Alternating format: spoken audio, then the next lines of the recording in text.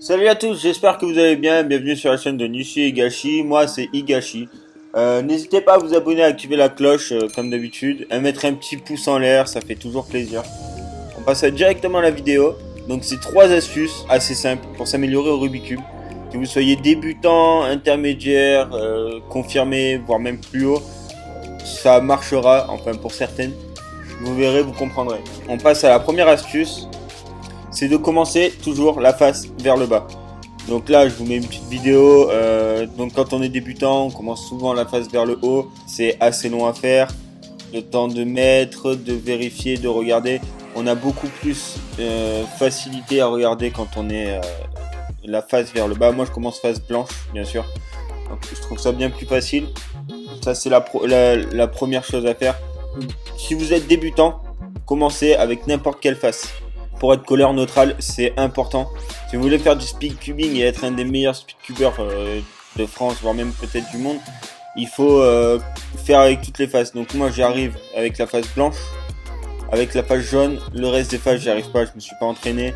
J'essayerai de m'entraîner, de battre mon record et même peut-être d'être couleur neutrale, même si c'est vrai qu'à mon niveau c'est un peu compliqué.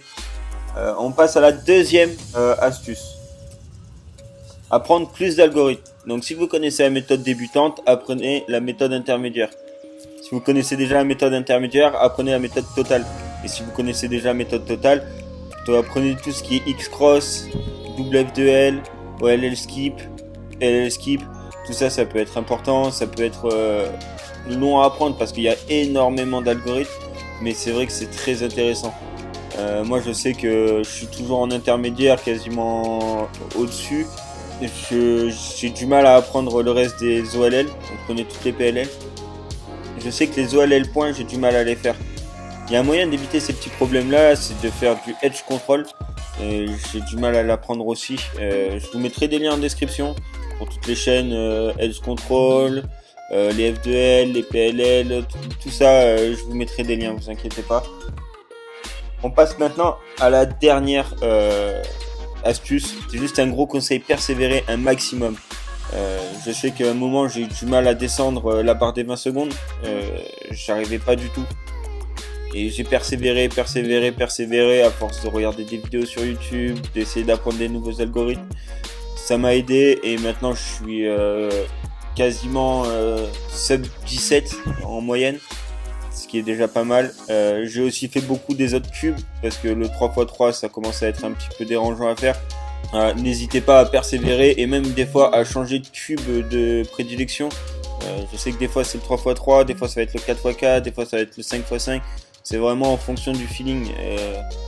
Mais il faut persévérer, il faut surtout pas abandonner, surtout quand on commence à arriver sur des temps qui sont pas mal du tout.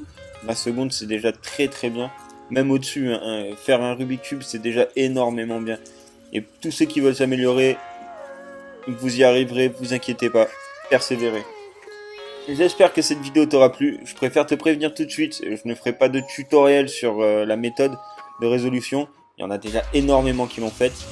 Bien sûr, je referai des vidéos de ce style-là avec des petites astuces, des petites techniques à apprendre pour pouvoir s'améliorer.